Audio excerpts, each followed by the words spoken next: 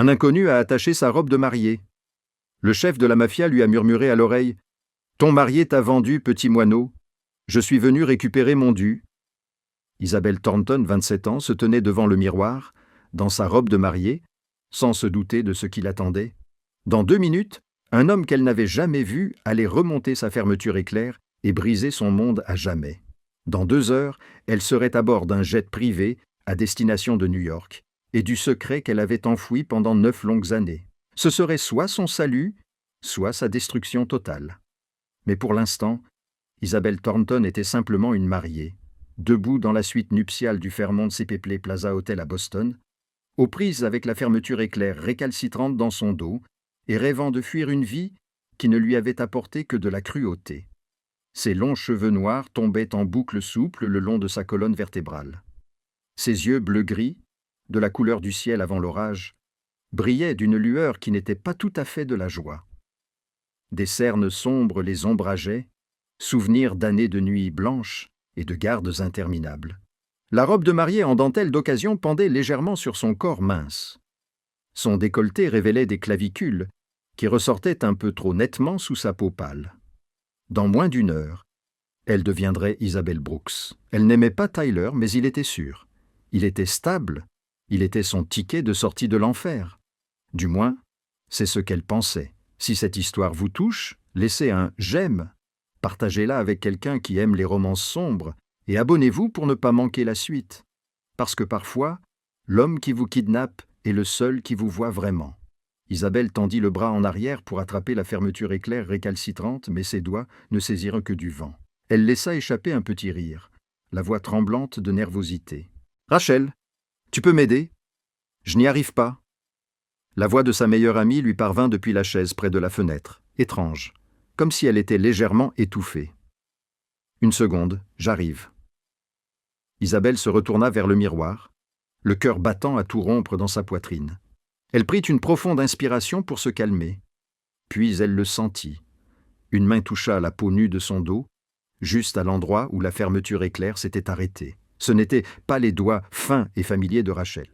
Cette main était grande, chaude, les doigts longs et forts, appuyant sur le tissu fin, comme s'il n'y avait aucun obstacle. Isabelle se raidit. La main commença à remonter lentement la fermeture éclair, millimètre par millimètre, effleurant délibérément chaque vertèbre de sa colonne vertébrale, comme pour les compter. Le souffle de quelqu'un effleura sa nuque, chaud et lourd, avec un parfum de bois de santal mêlé à celui d'un tabac coûteux. Des frissons parcoururent le corps d'Isabelle, de la nuque jusqu'au bas du dos. Elle eut un rire tremblant. « Rachel, qu'est-ce que tu fais? Tu essaies de me faire peur? C'est le jour de mon mariage. » Il n'y eut pas de réponse, seulement la fermeture éclair qui continuait son ascension agonisante, d'une lenteur insupportable, accompagnée d'une respiration régulière juste derrière son oreille. Isabelle leva les yeux vers le miroir, et son cœur s'arrêta. Ce n'était pas Rachel. Derrière elle se tenait un homme aux yeux gris acier, froid comme du métal trempé, qui la fixait droit dans les yeux, à travers le miroir. Le regard d'un prédateur qui avait enfin acculé sa proie. Il mesurait près de 20 cm de plus qu'elle, ses larges épaules bloquant presque toute la porte derrière eux, des muscles solides cachés sous un costume noir parfaitement taillé, qui enveloppait son corps comme s'il avait été sculpté dans la pierre. Ses cheveux foncés étaient coupés courts et soignés. 3 jours de barbe ombrageaient une mâchoire aussi tranchante qu'une lame, et une longue cicatrice s'étendait de sa tempe gauche jusqu'à sa pommette, comme la marque de la mort qui avait failli l'emporter autrefois. Une montre Patek Philippe brillait à son poignet tandis que ses doigts achevèrent leur tâche. Le plafond à fermeture éclair se referma dans un bruit semblable à celui d'une balle chargée dans le silence mortel de la pièce. Isabelle voulait crier, mais sa gorge était nouée. Elle voulait courir, mais ses jambes semblaient clouées au sol. L'homme ne dit rien. Il se tenait simplement là, une main toujours posée sur la fermeture éclair de sa robe, ses yeux se déplaçant lentement de son visage à ses épaules nues, puis vers les courbes suggérées sous la dentelle, avant de revenir vers ses yeux bleu-gris tremblants. Il la regardait comme si elle était quelque chose qu'il venait d'acheter, comme si elle lui appartenait, depuis bien avant qu'elle ne s'en rende compte. Ses lèvres esquissèrent un sourire froid, qui n'atteignit jamais ses yeux. Un sourire qui fit comprendre à Isabelle que, peu importe qu'elle crie, supplie ou tente de s'enfuir, la fin ne changerait pas. Il pencha la tête, sa voix basse et posée, comme si chaque mot avait été soigneusement pesé. « Tu es plus belle que je ne l'imaginais, petit moineau, dit-il. Isabelle déglutit, luttant pour retrouver sa voix. « Qui êtes-vous » Le sourire sur ses lèvres s'élargit, mais ses yeux gris argentés restèrent glacés. « Je suis Luca Benedetti. Et à partir de maintenant, tu m'appartiens. » Isabelle recula d'un pas, sa colonne vertébrale heurtant la coiffeuse, les flacons de parfum et les boîtes de poudre s'entrechoquant dans un cliquetis sec. « Je vous appartiens, siffla-t-elle, la voix tremblante mais s'efforçant de trouver le courage. « Tu es fou. Je vais me marier. Tyler m'attend dehors. Tu ne peux pas me toucher. » Elle se retourna et se précipita vers la porte menant à la pièce voisine où Rachel était censée se trouver. « Rachel !» cria-t-elle. « Rachel, appelle la police. Quelqu'un s'est introduit ici. » Mais lorsque la porte s'ouvrit, Isabelle se figea. Rachel n'était plus sur la chaise. Sa meilleure amie était immobilisée par derrière par un homme bâti comme un ours, une main rugueuse plaquée sur sa bouche, ne laissant voir que ses yeux écarquillés de terreur. Autour de Rachel se tenaient 4 autres hommes, tous vêtus de costumes noirs, des appareils de communication dans les oreilles, le visage froid et vide, immobiles comme des statues attendant les ordres. Isabelle se retourna brusquement, essayant de courir vers la porte principale, mais Luca Benedetti lui barrait déjà le passage, une main nonchalamment enfoncée dans sa poche, l'air détendu, comme s'il se promenait dans un parc plutôt que d'enlever une mariée le jour de son mariage. « Que voulez-vous » hurla Isabelle, les larmes coulant sur ses joues. « Tyler » cria-t-elle en direction de la porte. « Tyler, aide-moi, que quelqu'un appelle la police !» Luca pencha légèrement la tête, une lueur d'amusement traversant ses yeux gris argentés, tandis qu'il la regardait se débattre. « Crie, dit-il d'une voix basse et posée. J'aime t'entendre crier. Personne ne viendra. » Isabelle regarda autour d'elle avec désespoir. Elle attrapa un vase sur la table et le lança directement sur Luca. Il bougea la tête juste assez pour l'éviter, le vase se brisant derrière lui, son expression inchangée. Elle attrapa une chaise, un miroir, tout ce qui était à sa portée, et le lui lança, hurlant comme un animal pris au piège. Luca resta immobile, laissant les objets voler autour de lui, les yeux rivés sur elle, comme si sa résistance n'était rien de plus qu'un divertissement avant le dîner. Quand Isabelle se baissa pour retirer ses talons hauts afin de s'en servir comme arme, Luca fit un petit signe de tête. En un instant, 2 gardes du corps se précipitèrent vers elle. Isabelle griffa et donna des coups de pied, ses ongles lacérant le visage d'un des hommes, laissant une longue traînée de sang sur sa joue. Mais ils étaient trop forts, trop rapides. Ses bras furent tordus dans son dos, ses genoux plièrent jusqu'au sol, sa robe de mariée blanche immaculée, s'étalant comme des pétales écrasés. « Lâchez-moi » hurla-t-elle, la voix déjà brisée. « Vous n'avez pas le droit de faire ça. C'est un enlèvement. Je vais vous poursuivre en justice. Je vais appeler la police. » Luca s'approcha, la dominant de toute sa hauteur, puis se baissa jusqu'à être à la hauteur de ses yeux. Il leva une main, les doigts froids comme la glace, lui releva le menton, la forçant à le regarder droit dans ses yeux gris argentés et impassibles. « La police ne peut rien contre moi, » dit-il lentement, chaque mot tombant comme une pierre. « Est-on marié » ajouta-t-il avec un sourire narquois. « Il a pris 50 000 $ pour disparaître. » Petit moineau. Isabelle eut l'impression que son cœur se brisait. « Non, » murmura-t-elle. « Non, Tyler ne ferait pas ça. » Avant qu'elle n'ait pu dire un mot de plus, Luca se redressa et acquiesça. Le monde d'Isabelle bascula. Littéralement, elle fut jetée sur son épaule, comme un sac de pommes de terre, son ventre cognant contre son torse d'acier, sa robe de mariée tombant sur son visage. Elle lui donna des coups dans le dos, donna des coups de pied dans tous les sens, cria jusqu'à en avoir la gorge en feu. Mais Luca Benedetti la porta hors de la suite nuptiale, dans le couloir, à travers le hall bondé de l'hôtel, avec une mariée hurlante sur l'épaule, et personne n'osa le regarder plus de 3 secondes. La portière de la voiture claqua derrière Isabelle comme un cercueil qui se refermait. Elle se recroquevilla dans le coin du siège arrière, son corps pressé contre la porte, aussi loin que possible de Luca Benedetti. Sa robe de mariée était désormais méconnaissable, froissée et déchirée. La dentelle était déchirée à plusieurs endroits. Des traces sales provenant de la moquette du hall de l'hôtel tachaient ce qui avait autrefois été d'un blanc immaculé. Les petites perles cousues sur le corsage s'étaient éparpillées quelque part, entre la suite nuptiale et le parking.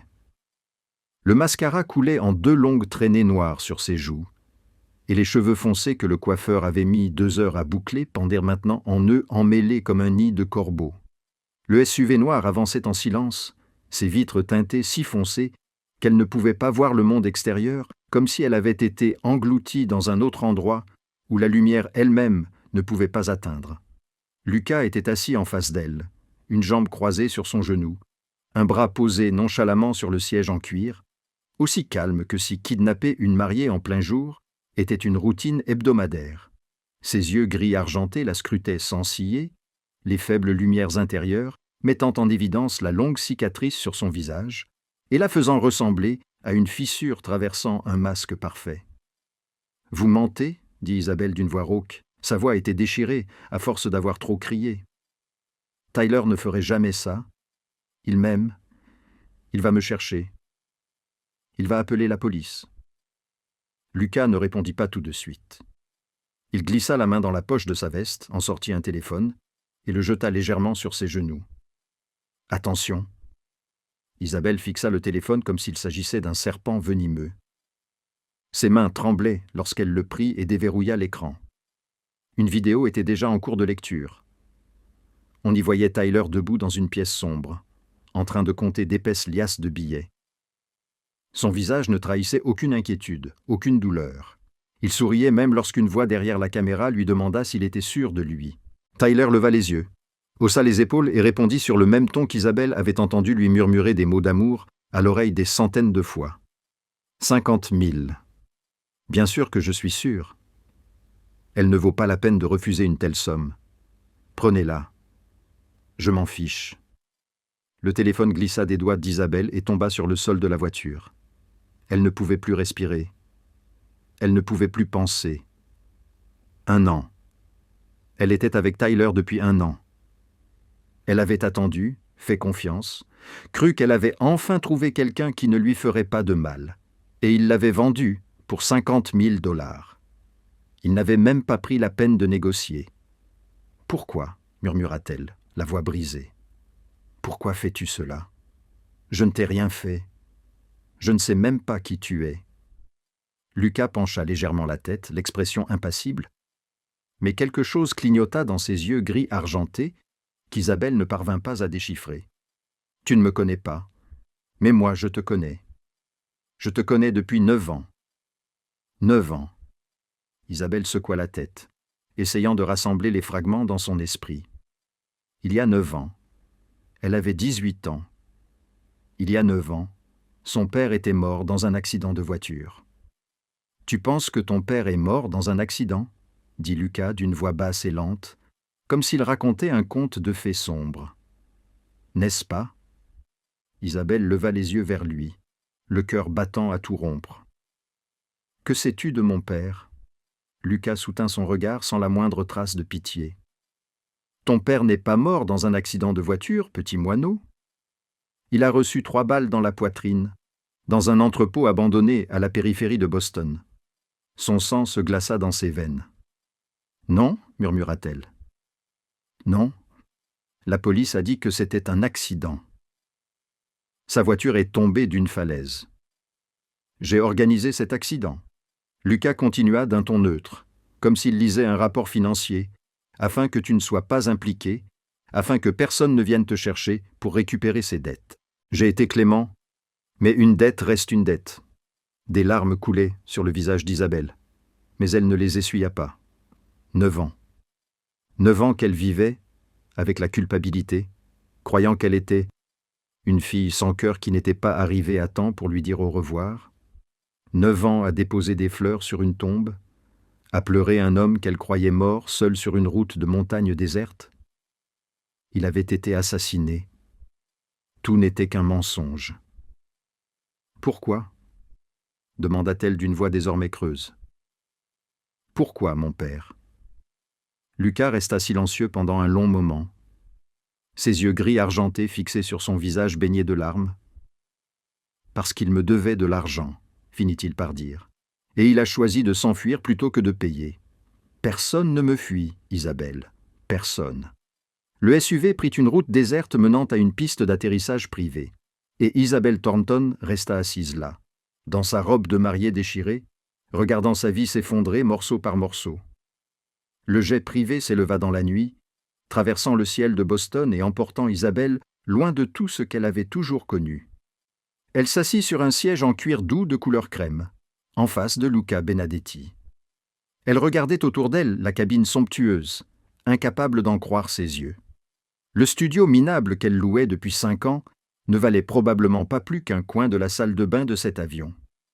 Des lustres en cristal, des tapis en fourrure, des rideaux en velours rouge foncé et un mini-bar rempli de bouteilles d'alcool qui coûtait sûrement plus que son salaire annuel.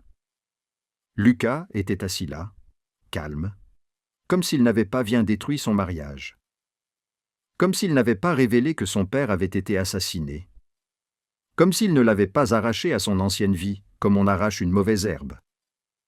Il déboutonna sa veste de costume, desserra sa cravate, ses yeux gris argentés ne la quittant pas d'une seconde. Un homme massif, bâti comme un ours, s'avança et posa un épais dossier sur la table devant Isabelle. Elle le reconnut immédiatement. C'était le même homme qui avait couvert la bouche de Rachel dans la suite nuptiale. Tony. Lucas hocha légèrement la tête et le garde du corps recula, se tenant immobile comme une statue à l'arrière de la cabine. Isabelle fixa le dossier sans le toucher. « Qu'est-ce que c'est » demanda-t-elle d'une voix rauque. « Ton contrat » répondit Lucas en prenant un verre de whisky ambré sur la table et en le faisant tourner lentement, tandis que les glaçons cliquetaient contre le verre. « Ton père me devait 1 200 000 $. Isabelle crut avoir mal entendu. « Combien » murmura-t-elle. « 1 200 000 » répéta lentement Lucas, chaque mot tombant comme un coup de marteau. Le principal plus 9 ans d'intérêt. Isabelle rit, un rire sec sans aucune trace d'humour. « Regarde-moi, dit-elle, en écartant les bras et en montrant sa robe de mariée déchirée. J'ai acheté cette robe dans une friperie pour 80 $. Je cumule 3 emplois par jour et je n'arrive toujours pas à payer mon loyer.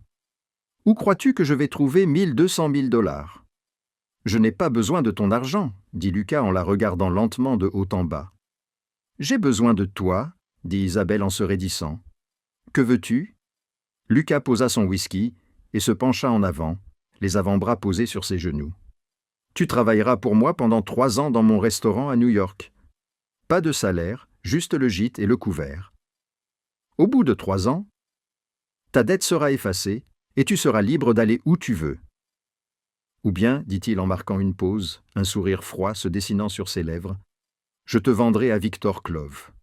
Le Russe aime les jeunes filles, et il n'est pas aussi gentil que moi. Je peux te vendre à Victor Klov. Le Russe aime les jeunes filles, et il n'est pas aussi gentil que moi. Isabelle se sentit mal. Ce sont mes choix, demanda-t-elle d'une voix tremblante. Être ton esclave, ou être vendu à quelqu'un d'autre. Lucas haussa les épaules. Je préfère appeler ça une opportunité. Une opportunité, répéta Isabelle avec un sourire amer. Tu m'as kidnappé le jour de mon mariage. Tu m'as dit que mon père avait été assassiné, que mon fiancé m'avait vendu, et maintenant, tu appelles le fait de me transformer en esclave une opportunité, acquiesça-t-il, sans aucune honte. Exactement. Isabelle regarda droit dans ses yeux froids, gris argentés. 9 ans d'endurance, 9 ans à baisser la tête, à ravaler ses larmes, à survivre. Elle avait pensé que Tyler était son échappatoire, sa chance de vivre comme une personne normale. Maintenant, assise en face de l'homme qui avait tout détruit, elle n'avait plus rien à perdre. Elle se pencha en avant, comme pour prendre le stylo et signer. Lucas haussa légèrement un sourcil, visiblement satisfait de sa soumission rapide, et Isabelle lui cracha directement au visage. La salive resta collée à la joue droite de Lucas, juste en dessous de la cicatrice. Toute la cabine se figea. Tony, à l'arrière, avait déjà sorti son arme. Mais Lucas leva la main pour l'arrêter. Lentement, il sortit un mouchoir de la poche de sa chemise et s'essuya le visage, ses mouvements d'un calme terrifiant. Quand ses yeux gris argentés revinrent vers elle, ils n'étaient plus froids. Ils s'assombrirent comme un ciel avant la tempête. « Tu as du cran ?» dit-il d'une voix grave et rauque. « J'aime ça. Mais écoute-moi bien, petit moineau. » Il lui saisit le menton et approcha son visage du sien, son souffle chaud effleurant ses lèvres. « Ne refais jamais ça. Je ne veux pas te briser. Je veux que tu te rendes de ton plein gré. » Il la relâcha et jeta le stylo sur la table devant elle. « Signe. » Isabelle prit le stylo de ses doigts tremblants, les larmes coulant sur ses joues, et signa le contrat qui la liait pour 3 ans, en tant que prisonnière de Luca Benedetti. New York accueillit Isabelle avec les lumières éclatantes de Manhattan à minuit et un ascenseur privé qui la conduisit directement au dernier étage du gratte-ciel. Lorsque la porte de l'ascenseur s'ouvrit, elle entra dans un monde qui lui semblait totalement irréel. Le penthouse de Luca Benedetti s'étendait devant elle comme un palais dans le ciel, si vaste qu'elle ne pouvait en voir la fin. Le sol en marbre blanc brillait sous d'énormes lustres en cristal, suspendus à des plafonds vertigineux. Les peintures originales étaient sans doute d'une valeur inestimable. Le long des murs, des meubles recouverts de cuir et de velours rouge foncé remplissèrent l'espace, et un mur entier en verre révélait la ligne d'horizon de Manhattan, scintillante comme un tapis de diamants. Son petit studio à Boston aurait pu tenir dans ce salon sans problème, et il resterait encore de la place.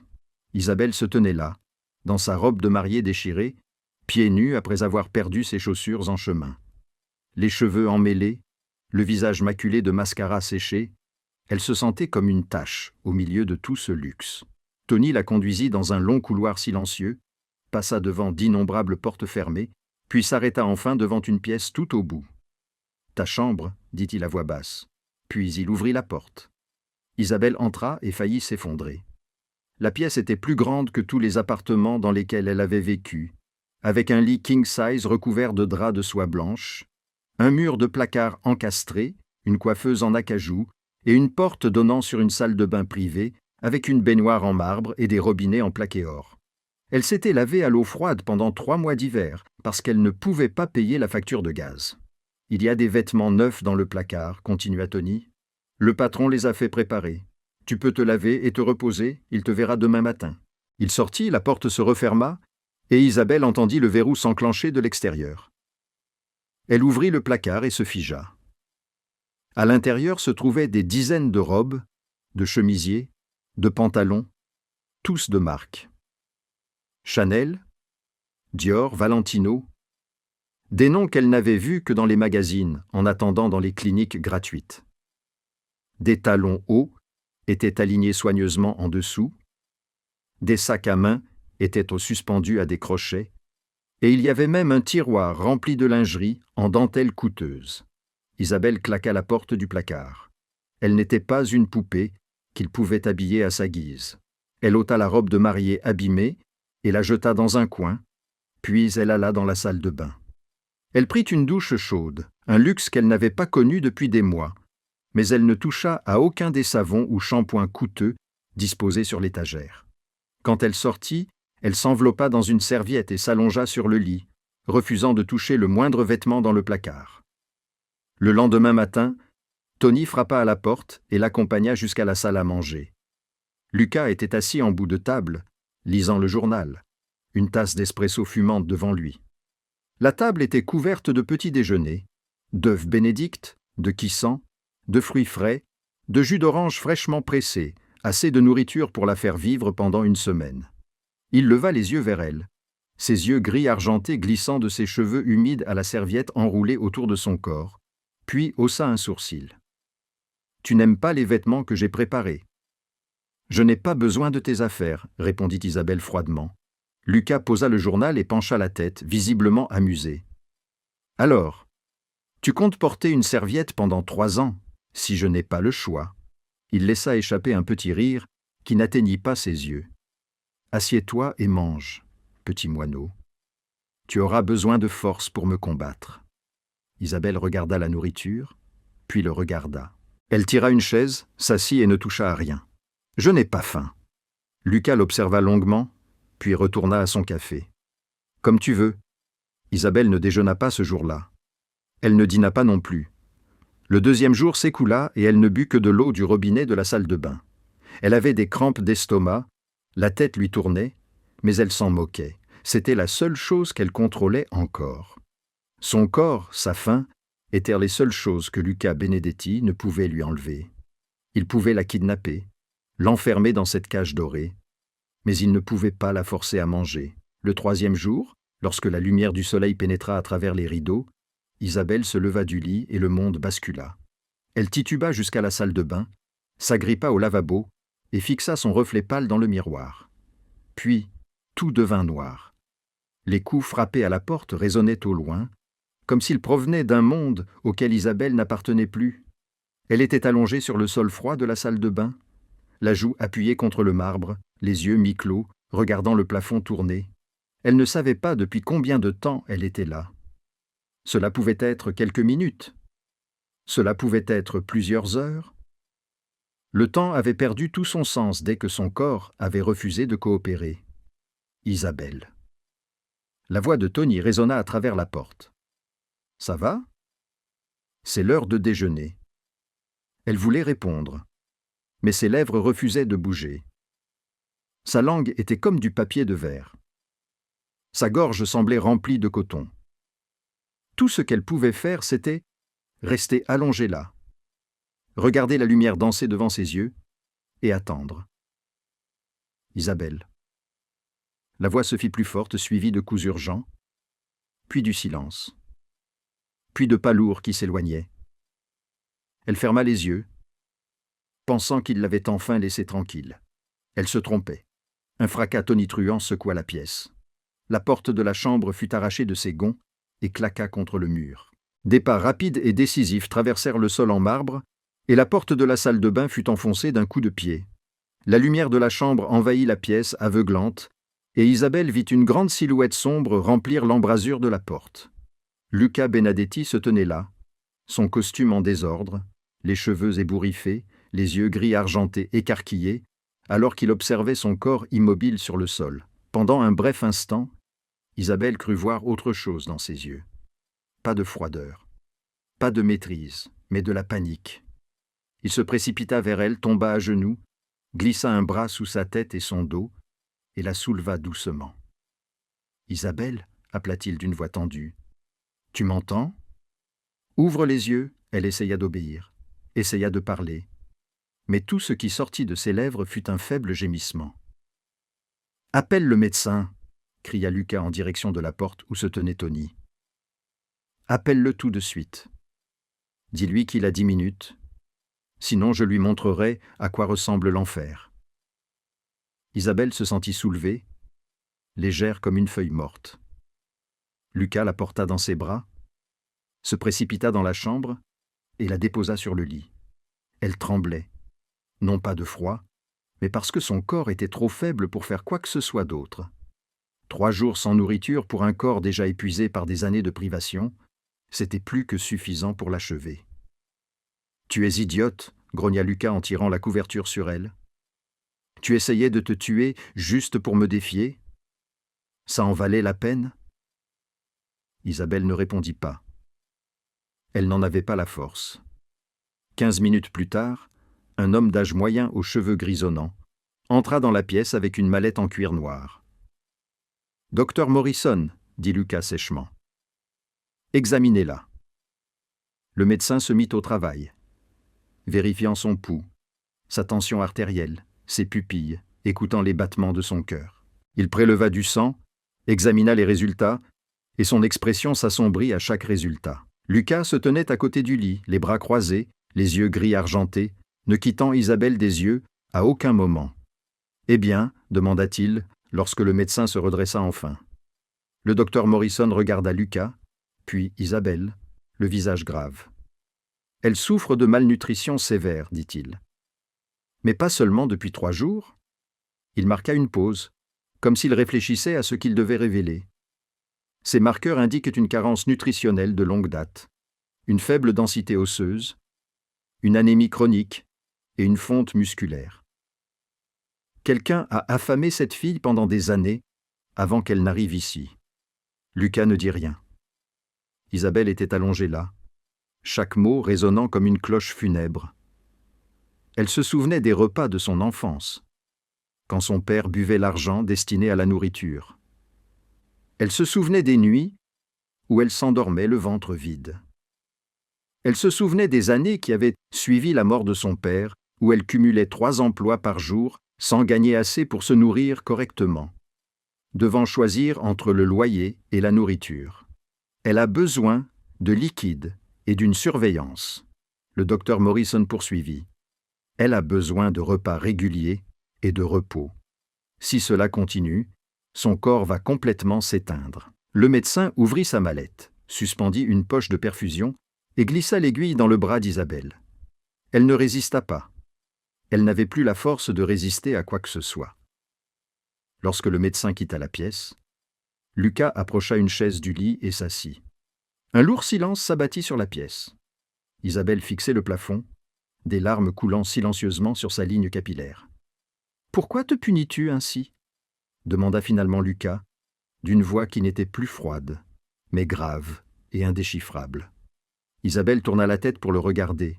Ses yeux bleu-gris étaient ternes, fatigués et remplis de larmes. « Parce que c'est la seule chose que je contrôle encore, » murmura-t-elle. « Tu m'as tout pris. Mon mariage, mon avenir, ma liberté. Mais tu ne peux pas me forcer à manger. Tu ne peux pas contrôler ça. » Lucas la regarda, quelque chose vacillant dans ses yeux gris argentés qu'Isabelle ne pouvait nommer. Il resta silencieux pendant un long moment, puis finit par parler, d'une voix lente et lourde. « À partir de maintenant, tu mangeras correctement. C'est un ordre, pas une demande. » Isabelle voulait argumenter, voulait lui cracher au visage à nouveau, mais elle n'avait plus la force. Tout ce qu'elle pouvait faire, c'était rester allongée là, à regarder son ravisseur, veiller à son chevet toute la nuit, comme un fantôme patient, et se demander pourquoi ses yeux reflétaient une douleur qu'elle ne comprenait pas. La 5e nuit dans l'appartement terrasse, Isabelle recommença à manger. Même si chaque bouchée lui donnait l'impression d'avaler du gravier, elle mangeait parce que son corps en avait besoin, pas parce qu'elle voulait faire plaisir à Luca Benedetti. Le docteur Morrison venait la voir tous les jours. Ses résultats s'amélioraient lentement et ses joues, autrefois cendrées, reprenaient peu à peu des couleurs. Mais il y avait des choses que la nourriture et les compléments alimentaires ne pouvaient guérir. Cette nuit-là, après des jours d'épuisement, Isabelle finit par sombrer dans le sommeil, et l'obscurité la ramena dans la vieille maison à la périphérie de Boston. Elle avait de nouveau 8 ans, recroquevillée dans un coin de la cuisine, les mains sur la tête, tandis que son père se dressait devant elle comme un volcan en éruption. L'odeur âcre du whisky bon marché lui brûlait le nez, familière et écœurante. « Tu es bonne à rien !» rugit son père, la ceinture de cuir dans la main fendant l'air. « Tu es comme ta mère, partie, et personne ne la regrette. » La ceinture s'abattit. La douleur fulgurante comme le feu. Isabelle hurla. « S'il te plaît, papa, je t'en supplie, ne me frappe pas, je serai sage. Je te promets que je serai sage. » Mais les coups continuèrent de pleuvoir, d'abord sur son dos, puis sur ses jambes. Son rire sauvage résonnait dans la cuisine exiguë. Dans la chambre du penthouse de Manhattan, Isabelle se débattait sur le lit, les draps s'enroulant autour d'elle comme des liens. « Non !» cria-t-elle, sa voix se brisant dans l'obscurité. « S'il te plaît, papa, ne me frappe pas, ça fait mal. Papa, s'il te plaît. » Des larmes coulèrent sur ses joues, même si ses yeux étaient toujours fermés. Son corps se recroquevilla dans la position défensive qu'elle avait apprise par cœur lorsqu'elle était enfant. La porte de la chambre s'ouvrit brusquement dans un grand fracas. Luca Benedetti se précipita à l'intérieur. Un pistolet noir à la main, déjà armé, ses yeux gris argentés balayant la pièce à la recherche d'un intrus. Il ne portait qu'un pantalon de pyjama noir, son torse nu marqué par le blason, Benedetti tatoué sur son cœur et de vieilles cicatrices éparpillées sur sa peau bronzée. Mais il n'y avait pas d'intrus, seulement Isabelle qui se tordait sur le lit, appelant son père dans un délire, suppliant quelqu'un de ne pas la frapper d'une voix brisée d'enfant blessé. Lucas baissa son arme et resta là un moment, la regardant comme s'il la voyait vraiment pour la première fois. Puis il s'approcha, posa le pistolet sur la table de chevet et s'assit sur le bord du lit, en prenant soin de ne pas la toucher. « Isabelle » l'appela-t-il d'une voix basse, mais qui n'était plus froide. « Tu rêves? Personne ne te frappe? Réveille-toi. » Elle continuait à se débattre, à pleurer, à supplier son père d'arrêter. Lucas resta là, patient, répétant des mots rassurants d'une voix qu'il ne reconnaissait pas comme la sienne. « Tu es en sécurité, dit-il. Personne ne te touche ici. Personne. » Lentement, très lentement, Isabelle cessa de se débattre. Sa respiration était encore saccadée. Ses larmes coulaient encore, mais son corps commençait à se détendre. Elle ouvrit les yeux, le regard trouble et confus, et vit Lucas assis à côté du lit, dans la lumière de la lune, qui filtrait à travers les rideaux. « Toi » murmura-t-elle d'une voix rauque. « Que fais-tu ici ?»« J'ai entendu tes cris, » répondit Lucas, sans quitter des yeux, son visage baigné de larmes. Isabelle détourna la tête, honteuse de le laisser la voir ainsi. « Ce n'était qu'un cauchemar, dit-elle en s'efforçant de rendre sa voix plus ferme. Je n'ai pas besoin d'être réconfortée. » Lucas ne répondit pas. Il ne partit pas non plus. Il resta simplement assis là, en silence, tel un mur entre elle et l'obscurité. « Ton père » finit-il par dire. « Il t'a frappé. Ce n'était pas une question. » Isabelle ferma les yeux, les larmes coulant à nouveau. Elle ne répondit pas, mais son silence était une réponse suffisante. Lucas la regarda, ses yeux gris argentés s'assombrissant d'une émotion qu'Isabelle ne pouvait nommer. Peut-être de la rage, peut-être de la compréhension, peut-être les deux. « Dors, dit-il d'une voix étonnamment basse et douce. Je resterai ici. Personne ne te touchera plus jamais. Personne. » Isabelle voulait lui dire de partir. Elle voulait lui dire qu'elle n'avait pas besoin d'être protégée de l'homme qui l'avait kidnappée. Mais l'épuisement et la terreur persistante du cauchemar avaient épuisé le peu de résistance qui lui restait. Elle ferma les yeux, et pour la première fois depuis des années, elle sombra dans un sommeil sans rêve, tandis que quelqu'un veillait sur elle. Une semaine après cette nuit de cauchemar, Lucas emmena Isabelle pour la première fois au restaurant Benedetti. Pendant 7 jours, personne ne mentionna le fait qu'il était resté à son chevet jusqu'au matin, et Isabelle s'efforça tout autant d'oublier l'étrange sensation de se réveiller et de le trouver toujours là. Ses yeux gris argentés fixèrent la fenêtre avec une expression distante et pensive qu'elle ne comprenait pas. Elle portait des vêtements tirés de l'armoire, non pas pour lui faire plaisir, mais parce qu'elle ne pouvait pas vivre éternellement en serviette. Le SUV noir les conduisit à travers les rues agitées de Manhattan et s'arrêta finalement devant un vieil immeuble à Tribeca.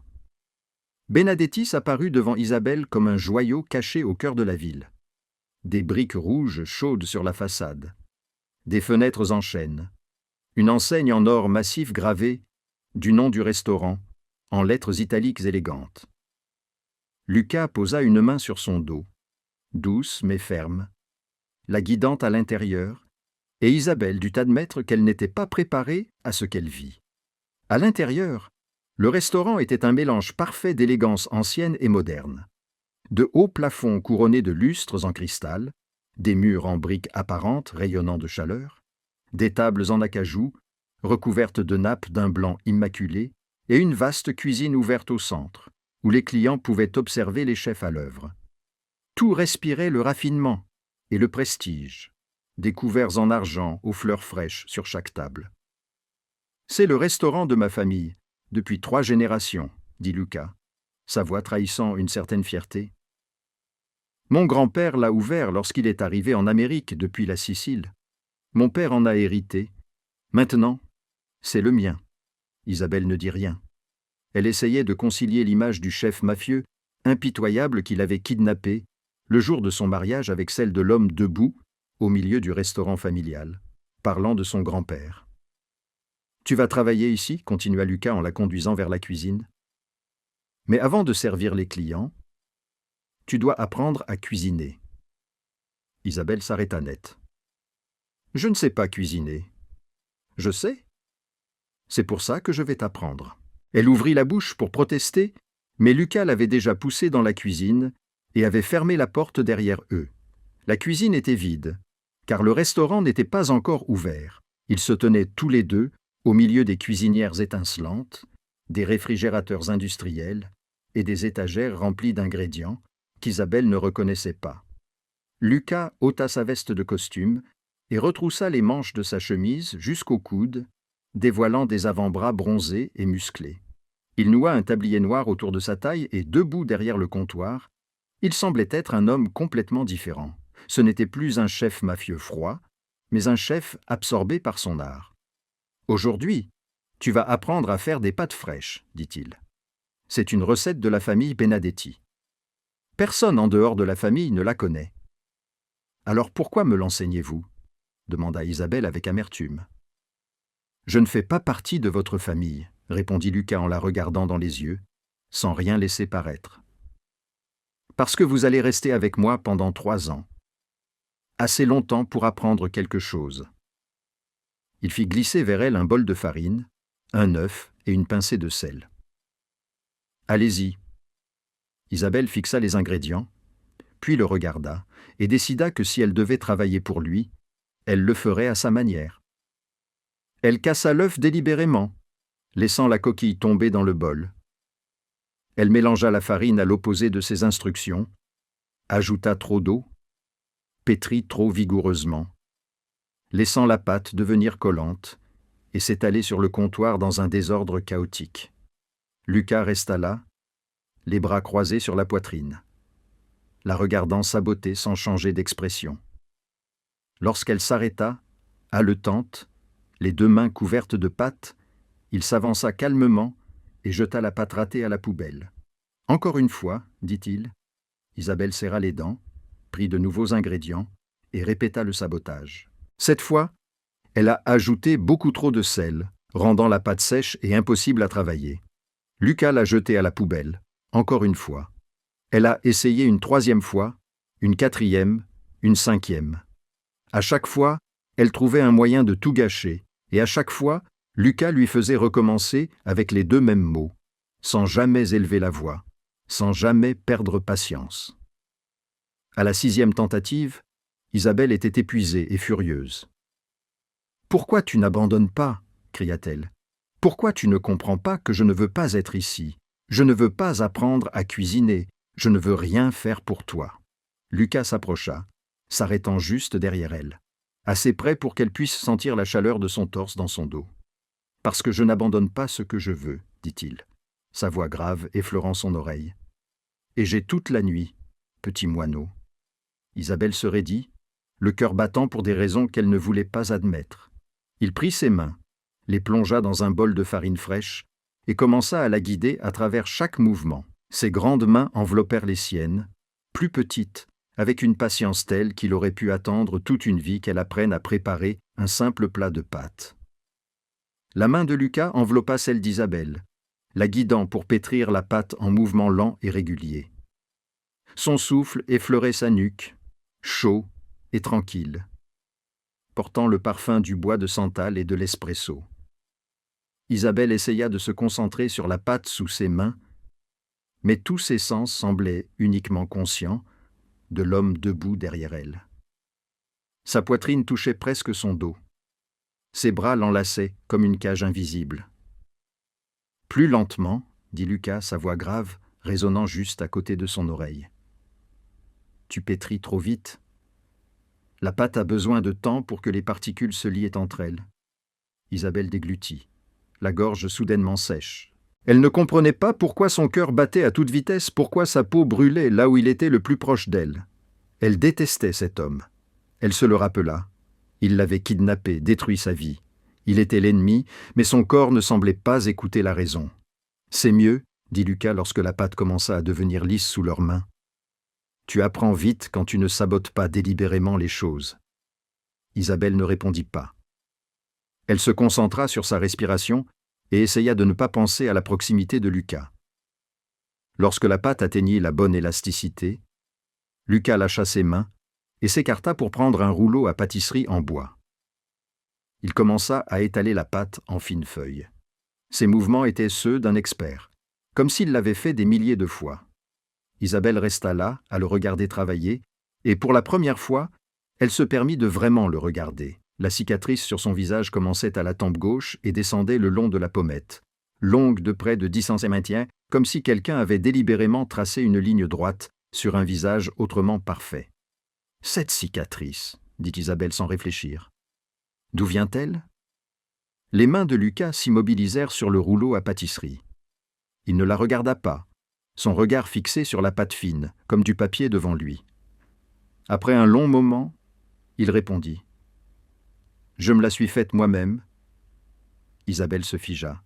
« Tu t'es fait ça toi-même. » Lucas posa le rouleau à pâtisserie et se tourna vers elle.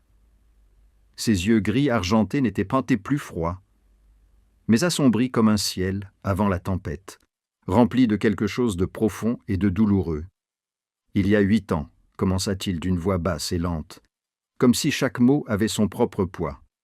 J'avais une sœur, Gianna. Elle avait 16 ans. Elle était belle comme un ange, innocente comme une page blanche encore vierge de ce monde. » Il fit une pause, serrant les mâchoires. Isabelle n'osait pas respirer. Elle avait peur que le moindre mouvement ne l'interrompe. Ils l'ont kidnappée pour obtenir une rançon. Lucas poursuivit. « Les hommes de Clove, j'ai payé 10 millions de dollars. Exactement ce qu'ils demandaient. J'ai suivi toutes les instructions. Pas de police, pas d'erreur. Je pensais que si je faisais tout correctement, ils ramèneraient Gianna. » Sa voix se réduisit presque à un murmure. « Ils l'ont ramenée. Dans un sac mortuaire. » Isabelle porta une main à sa bouche, les larmes coulant sans crier gare. Lucas la regarda, et pour la première fois, Isabelle ne vit pas un chef mafieux impitoyable, mais un frère qui avait perdu sa sœur de la manière la plus brutale qui soit. Cette nuit-là, après avoir enterré Gianna, j'ai pris un couteau et je me suis coupé le visage. Il dit, ainsi, chaque jour, quand je me regarde dans le miroir, je me souviens que j'ai été faible, je me souviens que j'ai échoué, je me souviens que je ne peux plus jamais me permettre de faire confiance à qui que ce soit. Isabelle ne savait pas quoi dire. Elle resta là, les larmes coulant sur ses joues, regardant l'homme devant elle avec un regard entièrement nouveau. Elle comprenait maintenant. Elle comprenait pourquoi il était si froid. Pourquoi son besoin de contrôle frôlait l'obsession. Pourquoi ses yeux reflétaient toujours une douleur qu'elle ne pouvait déchiffrer. Il avait perdu la personne qu'il aimait le plus. Et il s'en était voulu pendant 8 ans. « Je suis désolée, » murmura Isabelle, la voix brisée. « Je ne savais pas. » Lucas la regarda, et, à cet instant, quelque chose changea entre eux. Il n'était plus seulement son ravisseur, et elle n'était plus seulement son otage. Ils étaient 2 personnes portant des cicatrices, visibles ou non. « Je n'ai pas besoin de tes excuses, » dit Lucas, la voix à nouveau calme, même si son regard était plus doux qu'auparavant. « J'ai seulement besoin que tu comprennes que je ne fais pas ce que je fais pour le plaisir. Je le fais parce que c'est la seule façon que je connaisse pour survivre dans ce monde. » Il se retourna vers la pâte, le ton plus léger, lorsqu'il reprit la parole. « Maintenant, coupe les pâtes. Tu as assez gaspillé mes ingrédients aujourd'hui. » Isabelle essuya ses larmes, s'approcha de lui, et pour la première fois depuis son enlèvement, elle suivit ses instructions sans essayer de gâcher le travail. 2 semaines après sa première leçon de pâte, Isabelle commença officiellement à travailler chez Benedettis. Elle ne sabotait plus les choses intentionnellement, en partie parce qu'elle était trop épuisée pour continuer à mener une guerre inutile. En partie parce qu'après avoir entendu l'histoire de Gianna, elle ne pouvait plus regarder Lucas avec une haine pure. Elle commença comme aide de cuisine, lavant les légumes, coupant les oignons, préparant les ingrédients pour les chefs cuisiniers. Le travail était dur et monotone, Mais Isabelle était habituée à cela depuis des années. Au moins ici, elle était bien nourrie et n'avait pas à se soucier du loyer. Le samedi soir, le restaurant était bondé. Isabelle fut envoyée en salle pour aider, car il manquait de personnel. Elle portait une simple robe noire et un tablier blanc, ses cheveux soigneusement relevés. Elle portait des assiettes, servait le vin, débarrassait les tables, essayant de suivre le rythme effréné de la salle à manger. Elle ne savait pas que Lucas était assis à la table VIP dans le coin, ses yeux gris argentés suivant chacun de ses mouvements, tout au long de la soirée. Les ennuis commencèrent lorsqu'Isabelle fut affectée à la table 7, où un groupe d'hommes d'affaires fêtait la conclusion d'une affaire. Ils avaient déjà vidé 4 bouteilles de vin coûteux, et l'un d'eux, un homme d'âge moyen au visage rougi par l'alcool, a commencé à regarder Isabelle avec un regard qu'elle ne connaissait que trop bien. Le regard des hommes qui considèrent les femmes comme des jouets. « Hé, ma belle » l'appela-t-il lorsqu'elle apporta l'assiette de dessert. « Viens ici. » Isabelle posa l'assiette, gardant une expression professionnelle. « Puis-je vous apporter autre chose, monsieur ?» Il lui saisit le poignet et l'attira vers lui. « Je te veux. »« Combien pour une nuit ? » ?»« Benadi ne doit pas te payer beaucoup, n'est-ce pas ? » ?»« Je te paierai le double. » Isabelle retira brusquement sa main. « Je suis désolée. Je ne suis pas ce genre de personne. » Elle se retourna pour partir. Mais il se releva en titubant, ivre et chancelant, et lui agrippa la hanche, l'attirant sur ses genoux. « Ne fais pas la difficile. » Il souffla dans son oreille, son haleine imprégnée d'alcool. Toutes les filles qui travaillent ici savent comment Benedetti aime être servie. Isabelle se débattit, essayant de se lever, mais il était lourd et trop ivre pour s'en soucier. Sa main commença à lui caresser la cuisse, glissant sous sa robe. « Lâchez-moi » cria-t-elle en lui griffant le visage. « À l'aide » Tout le restaurant se figea. Ses amis ivres éclatèrent de rire, pensant qu'il s'agissait d'une blague, mais personne ne rit longtemps. Une main apparut derrière lui, saisit le poignet de l'homme ivre et le tordit violemment. Isabelle entendit un craquement sec comme celui du bois sec qui se brise, suivi d'un cri qui déchira la pièce. Elle tomba au sol, leva les yeux et vit Lucas debout, le visage totalement inexpressif, mais les yeux gris argentés brûlant d'une fureur qu'elle n'avait jamais vue auparavant. Il tenait toujours le poignet de l'homme. Et d'un mouvement rapide comme l'éclair, il lui plia l'index vers l'arrière. Craquement. Un autre cri. Le majeur. Craquement. Un autre cri. « Personne ne touche à ce qui m'appartient, » dit Lucas d'une voix basse et glaciale. « Tu comprends ? » L'homme ivre sanglotait et suppliait, mais Lucas ne s'arrêta pas. Il lui cassa ensuite l'annulaire. Et cette fois, l'homme s'évanouit de douleur. Lucas le jeta par terre comme un sac poubelle, puis se tourna vers les amis de l'homme, les hommes d'affaires qui riaient quelques secondes plus tôt. « Emmenez-le et partez, dit-il. Et si je vois l'un d'entre vous remettre les pieds dans mon restaurant, je vous casserai plus que 3 doigts. » Ils traînèrent l'homme inconscient dehors, le visage pâle, n'osant pas regarder Lucas, même une seconde. Une fois qu'ils furent repartis, Lucas se retourna vers Isabelle, qui était toujours assise par terre, sa robe en désordre, les yeux écarquillés de choc. Il se pencha et lui tendit la main. « Tu es blessée ?» Isabelle secoua la tête, incapable de parler. Elle posa sa main dans la sienne, et il la releva si doucement qu'elle faillit tomber contre sa poitrine. « Rentre chez toi, dit Lucas. Tu en as fini pour ce soir ?» Tony raccompagna Isabelle à la voiture, et jusqu'à l'appartement. Elle ne pensait qu'à une chose. Personne ne touche à ce qui m'appartient. Elle ne savait pas si cela la terrifiait ou si cela la rassurait pour la première fois depuis de nombreuses années. 3 jours après l'incident au restaurant, Isabelle tomba malade. C'était peut-être le stress qui s'était accumulé depuis trop longtemps. Peut-être était-ce son corps déjà affaibli par des années de privation. Ou peut-être était-ce simplement la première grippe hivernale. Quelle qu'en soit la raison, ce matin-là, lorsque Tony frappa à sa porte pour l'appeler pour le petit déjeuner, elle ne répondit pas. Le grand garde du corps resta dehors pendant 3 minutes, frappa 5 fois de plus, puis décida d'en informer Lucas. Lucas était dans son bureau, en train de préparer une réunion importante avec des partenaires de Chicago, lorsque Tony entra, le visage marqué par l'inquiétude. « Elle ne répond pas à la porte, dit Tony. Je ne sais pas ce qui ne va pas. » Lucas se leva immédiatement, laissant la pile de dossiers sur son bureau, et se rendit directement dans la chambre d'Isabelle. Il frappa une fois, 2 fois. Il n'y avait aucun bruit à l'intérieur, à part un faible gémissement. Il poussa la porte et la trouva recroquevillée sur le lit. La couverture était remontée jusqu'à son menton. Pourtant, elle tremblait encore. Son visage était rouge comme s'il était en feu, et sa chevelure brune était trempée de sueur. Isabelle. Lucas se précipita vers son lit, posa une main sur son front, puis la retira aussitôt, brûlée par la chaleur. Elle avait une forte fièvre. Sa peau semblait brûlante. « Appelez le docteur Morrison, ordonna-t-il à Tony. Dites-lui de venir immédiatement. »« Et la réunion » demanda Tony. « Les gens de Chicago attendent ?»« Annulez-la. »« Mais monsieur, c'est un contrat de 20 millions de dollars. »« Si nous... » J'ai dit d'annuler. Lucas l'interrompit d'une voix dure comme l'acier. « Dites-leur que j'ai une urgence.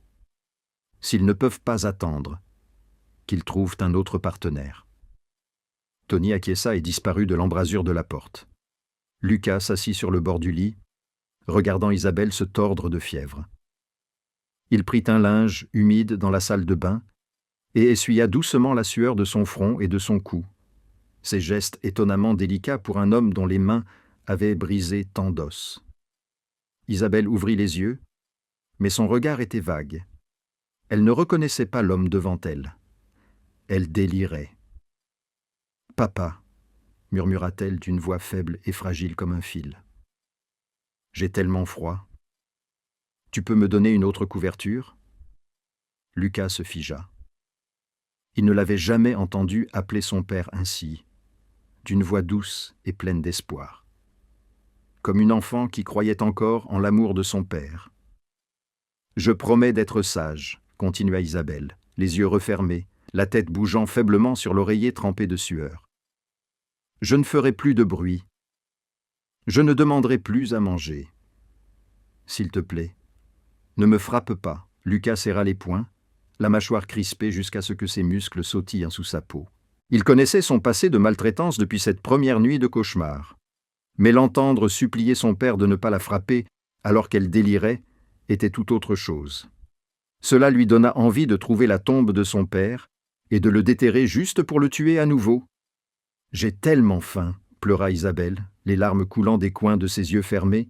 « Mais je sais qu'il n'y a plus rien à manger à la maison parce que papa a bu tout l'argent. Je ne demanderai plus rien. Je suis désolé. » Lucas ne pouvait pas supporter cela. Il se pencha, posa une main sur sa joue, sa voix basse et douce d'une manière qu'il ne croyait plus posséder. « Tu n'as pas à être désolé, dit-il. Tu n'as rien fait de mal. Personne ne te frappera plus. Tu es en sécurité. » Isabelle semblait entendre sa voix à travers le brouillard de la fièvre. Elle tourna la tête vers lui, les yeux toujours fermés, son expression s'adoucissant légèrement. « Quelqu'un, » murmura-t-elle. « Quelqu'un est ici, avec moi. »« Je suis là, » répondit Lucas. « Et je ne vais nulle part. » Le docteur Morrison arriva 20 minutes plus tard, examina Isabelle et conclut qu'elle souffrait d'une grippe sévère et avait besoin de repos et de médicaments appropriés. Il laissa des ordonnances et des instructions, puis partit. Mais Lucas n'appela pas le personnel. Il prépara lui-même une bouillie légère, la nourrit cuillère après cuillère, alors qu'elle perdait et reprenait conscience, essuya son corps lorsque la fièvre la couvrait de sueur, changea lui-même les draps lorsque la literie devint trop humide pour être utilisée. Tony se tenait devant la porte, regardant son patron faire des choses qu'un parrain de la mafia ne devrait jamais faire, et il comprit que quelque chose avait changé. Pendant 2 jours, Lucas ne quitta pas la chambre d'Isabelle. Il dormait sur la chaise à côté de son lit, se réveillant chaque fois qu'elle gémissait dans son délire, prêt à lui frotter le dos, à tirer la couverture plus près d'elle, ou simplement à lui dire qu'il était là, qu'elle n'était pas seule. La 2e nuit, lorsque la fièvre finit par baisser, Isabelle ouvrit les yeux, et vit pour la première fois clairement l'homme assis à côté de son lit. Lucas avait l'air épuisé, mal rasé, les yeux cernés, la chemise froissée, mais ses yeux gris argentés étaient alertes et fixés sur elle. « Toi, murmura-t-elle d'une voix rauque, depuis combien de temps es-tu là » Lucas ne répondit pas à cette question. Il leva simplement la main et écarta doucement les cheveux humides de son front. « Ton père » dit-il d'une voix basse et maîtrisée. « À quel âge a-t-il commencé à te frapper » Isabelle ferma les yeux, et lorsqu'elle les rouvrit, des larmes coulaient sur ses joues. Depuis aussi longtemps qu'elle se souvienne, 1 mois s'était écoulé depuis qu'Isabelle s'était remise de sa maladie. Et tout entre elle et Lucas avait changé d'une manière qu'elle ne pouvait pas vraiment expliquer. Il était toujours froid, toujours autoritaire, toujours le parrain de la mafia que New York craignait. Mais avec elle, il était différent. Il lui demandait si elle avait faim, avant même qu'elle ne s'en rende compte elle-même. Il lui mettait une couverture supplémentaire lorsqu'elle s'endormait sur le canapé du salon. Il la regardait avec ses yeux gris argentés, qui n'étaient plus glacés, mais plus chaleureux, plus doux, comme si elle avait touché quelque chose en lui qu'il croyait mort depuis longtemps. Isabelle ne réalisa pas quel jour on était jusqu'à ce que Tony apparaisse à sa porte à 19h, tenant une robe rouge foncée sur un cintre et une paire d'escarpins assortis. « Le patron veut que tu portes ça et que tu montes sur le toit à 20h, dit Tony, un sourire légèrement mystérieux, traversant son large visage. Isabelle fronça les sourcils. « Que se passe-t-il ? Vous verrez quand vous serez là-haut. » Tony posa la robe sur le lit et partit, laissant Isabelle seule avec 1000 questions qui tourbillonnaient dans son esprit. Elle regarda la robe, toucha la soie lisse et se rendit compte qu'elle était différente des vêtements de créateur qui se trouvaient dans son placard. Celle-ci était plus simple, plus élégante, sans logo ni excès. Elle avait été choisie pour elle et non achetée pour n'importe qui. À 20h pile, Isabelle monta sur le toit et eut le souffle coupé. Le toit du penthouse avait été complètement transformé. Des centaines de bougies blanches scintillaient partout le long de la balustrade, sur le sol et sur des étagères basses, formant une douce mer de lumière sous le ciel nocturne de Manhattan.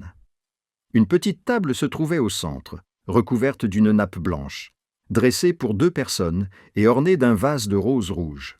Au-delà, la silhouette de la ville scintillait comme un tapis de diamants s'étendant à l'infini. Et debout à côté de la table se tenait Lucas. Vêtu d'une chemise noire sans cravate, les manches retroussées jusqu'aux coudes, il ne ressemblait en rien au froid parrain de la mafia qu'elle avait connu. Il avait l'air d'un homme ordinaire attendant une femme.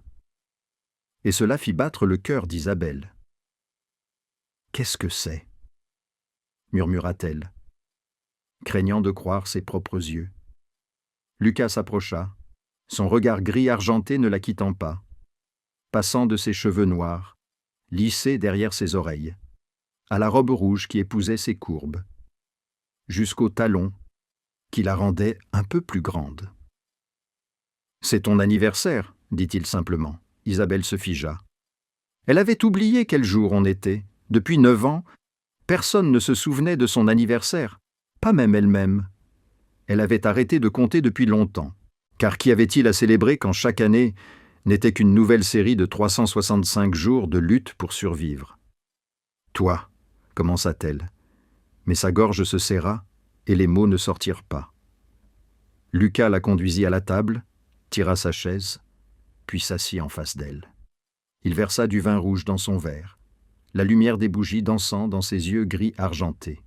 « Je connaissais ton anniversaire grâce au dossier, dit-il doucement. Et je savais aussi que personne ne l'avait jamais fêté pour toi. » Isabelle baissa les yeux vers son verre, les yeux brûlants de larmes. Elle ne voulait pas pleurer. Elle ne voulait pas lui montrer à nouveau sa faiblesse, mais elle ne pouvait s'en empêcher. « Pourquoi » demanda-t-elle d'une voix tremblante. « Pourquoi fais-tu tout cela » Lucas resta silencieux pendant un long moment, l'observant comme s'il réfléchissait à ce qu'il allait dire. Puis il fouilla dans sa poche, en sortit une petite boîte en velours noir et la posa sur la table devant elle. « Ouvre-la » Isabelle ouvrit la boîte avec des mains tremblantes. À l'intérieur, il n'y avait pas de diamants ni de perles comme elle s'y attendait, mais un simple bracelet en argent délicat avec un petit pendentif en forme de moineau. « Tu mérites que quelqu'un se souvienne de ce jour, » dit Lucas d'une voix plus douce qu'Isabelle ne l'avait jamais entendue auparavant. « Et tu mérites quelque chose, non pas parce que c'est cher, mais parce que c'est à toi. » Des larmes coulaient sur les joues d'Isabelle. Pendant 27 ans, personne ne lui avait jamais dit qu'elle méritait quoi que ce soit. Elle se leva pour le remercier, mais Lucas se leva aussi, contourna la table et s'arrêta devant elle. Il essuya doucement les larmes sur ses joues avec son pouce. Un geste si tendre qu'Isabelle oublia que ses mains avaient brisé des os. « Ne pleure pas, » murmura-t-il. « Je ne sais pas quoi faire quand tu pleures. » Isabelle leva les yeux vers lui. Ses yeux bleu-gris humides, rencontrant son regard gris argenté, brûlant d'une émotion qu'elle n'osait nommer. « J'essaie de te détester, » murmura-t-elle. « Mais cela devient chaque jour plus difficile. »« Alors n'essaie plus ?» répondit Lucas, et il se pencha pour l'embrasser. Ses lèvres étaient chaudes et douces, son baiser étonnamment tendre, ni exigeant ni possessif, mais comme s'il lui demandait la permission, attendant qu'elle le repousse. Mais Isabelle ne le fit pas. Elle ferma les yeux, agrippa sa chemise de ses mains et lui rendit son baiser. Sous la mer de bougies qui illuminait le ciel nocturne de Manhattan, Isabelle Thornton embrassa Luca Benedetti, et elle ne savait plus qui était le prisonnier et qui était le ravisseur. Le baiser s'éternisa comme si le temps lui-même s'était arrêté. Et lorsqu'ils se séparèrent enfin, ils respiraient tous deux difficilement, leurs fronts se touchant, leur souffle se mêlant dans l'air frais de la nuit.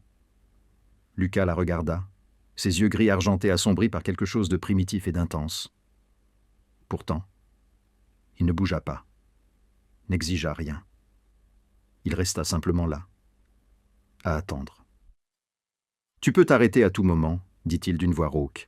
« Je ne te forcerai pas à faire quoi que ce soit que tu ne veuilles pas. » Isabelle croisa son regard et y vit la vérité.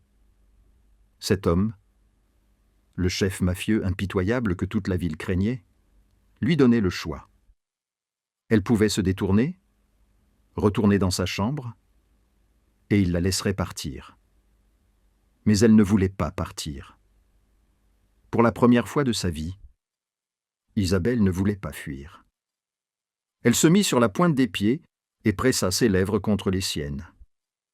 C'était toute la réponse dont Lucas avait besoin. Il la souleva, ses jambes enroulées autour de sa taille, et la porta jusqu'à sa chambre, la pièce dans laquelle elle n'avait pas mis les pieds une seule fois au cours des 2 derniers mois. Cette nuit-là, Lucas n'était pas un parrain de la mafia. Il était simplement un homme aimant une femme d'une manière qu'il n'aurait jamais cru possible. Il la touchait comme si elle était quelque chose de précieux. Il embrassa chaque vieille cicatrice que son père avait laissée sur son corps. Lui murmura à l'oreille qu'elle était belle, qu'elle était forte, qu'elle méritait d'être aimée. Et quand Isabelle murmura son nom dans l'obscurité, Lucas, juste ce mot, il sut qu'il était complètement perdu. Pas perdu dans le contrôle, mais perdu dans le cœur qu'il croyait avoir enterré avec Gianna 8 ans plus tôt. Il s'appartenait, pour la première fois, entre les draps de soie noire et les lumières de la ville qui se déversaient à travers les fenêtres. Et quand Isabelle s'endormit dans ses bras, Lucas resta allongé à la regarder jusqu'à l'aube. Mais le lendemain matin, quand Isabelle ouvrit les yeux, Lucas était parti. Elle était allongée seule, dans l'immense lit, le corps agréablement endolori. Les souvenirs de la nuit précédente l'envahirent comme un torrent. Elle avait couché avec son ravisseur. Elle avait appelé son nom, l'avait supplié, avait ressenti des choses qu'elle n'avait jamais ressenties avec personne d'autre. Et maintenant, il n'était plus là. La panique monta dans la poitrine d'Isabelle. Elle s'assit brusquement, tirant le drap pour se couvrir. Ses yeux bleu-gris scrutèrent à la pièce inconnue avec confusion. « C'est une erreur », se murmura-t-elle. « Une terrible erreur. Il ne faisait que jouer avec elle. Il la rejetterait comme Tyler l'avait fait, comme tous les autres hommes l'avaient-y fait. Elle avait été naïve de croire qu'elle méritait l'amour. Elle s'apprêtait à sortir du lit, à chercher ses vêtements et à retourner dans sa chambre lorsque la porte de la chambre s'ouvrit. Lucas entra avec un plateau repas, des croissants chauds, des œufs bénédicts, un verre de jus d'orange frais et une rose rouge dans un petit vase. Il ne portait qu'un pantalon de pyjama noir. Son torse nu révélant le tatouage du blason familial et de vieilles cicatrices, ses cheveux encore humides, comme s'il venait de prendre une douche. Lorsqu'il vit la peur sur le visage d'Isabelle, il s'arrêta au milieu de la pièce. « Tu pensais que j'étais parti, dit-il. Ce n'est pas une question, mais une affirmation. » Isabelle ne répondit pas, mais ses yeux lui dirent tout. Lucas expira, posa le plateau sur la table de chevet et s'assit sur le bord du lit, face à elle. Il ne la toucha pas, ne la força pas. Il resta simplement assis là et la regarda de ses yeux gris argentés qui ne semblaient plus froids. « Quel genre d'homme pensez-vous que je suis » demanda-t-il doucement. Isabelle déglutit. « Je ne sais pas quel genre d'homme vous êtes. » « C'est ça le problème. » Lucas leva la main et lui caressa légèrement la joue, ses doigts effleurant sa mâchoire, son cou, là où son pouls battait à toute vitesse. « Alors laissez-moi vous montrer, dit-il. Je ne suis pas Tyler. Je ne disparais pas après une nuit. Et toi ?» Il pencha la tête, les yeux rivés sur les siens. « Tu n'es pas une distraction. Tu es la première personne que j'ai amenée dans cette chambre depuis 8 ans. » Isabelle prit une inspiration tremblante. 8 ans. C'était le temps qui s'était écoulé depuis la mort de Gianna. Il n'avait laissé personne s'approcher de lui pendant 8 ans. Et elle était la première. « Mange ton petit déjeuner, » dit Lucas en se levant et en se dirigeant vers la porte. « Ensuite, je t'emmènerai quelque part aujourd'hui, juste toi et moi. » Lorsque la porte se referma derrière lui, Isabelle resta assise là, regardant le petit déjeuner soigneusement préparé et la rose rouge dans son petit vase. Et pour la première fois en 27 ans, elle se permit de croire que peut-être, juste peut-être, elle méritait vraiment d'être aimée. Un mois après cette nuit d'anniversaire, Isabelle vécut la période la plus heureuse de ses 27 ans. Elle et Lucas ne dormaient plus séparés. Chaque nuit, elle se blottissait dans ses bras, écoutant le rythme régulier de son cœur comme une berceuse qui l'emportait dans un sommeil sans cauchemar. Le jour, elle travaillait au restaurant, apprenait de nouveaux plats, prenait confiance en ses mains. Et chaque soir, Lucas l'attendait au penthouse avec le dîner déjà préparé ou une promenade tranquille dans Central Park. Il était toujours froid avec le monde extérieur, toujours le chef mafieux que les gens craignaient. Mais avec elle, il était différent. Il lui souriait, de rares sourires qui creusaient la cicatrice sur son visage et illuminaient ses yeux gris argentés. Il lui racontait des histoires de son enfance en Sicile, de son grand-père et de la recette familiale de pâtes, de Gianna et des farces idiotes qu'elle avait l'habitude de faire. Et Isabelle lui parlait d'elle-même, de sa mère qui l'avait abandonnée, des coups de son père, des années qu'elle avait passées à se battre seule pour survivre. Pour la première fois, Isabelle avait le sentiment d'appartenir à un endroit, à quelqu'un. Mais le bonheur dans le monde de Luca Benedetti ne durait jamais éternellement. Ce soir-là, Lucas devait s'envoler pour Chicago afin de finaliser un accord important qu'il avait déjà reporté une fois lorsque Isabelle était malade. Il serait absent pendant 2 jours.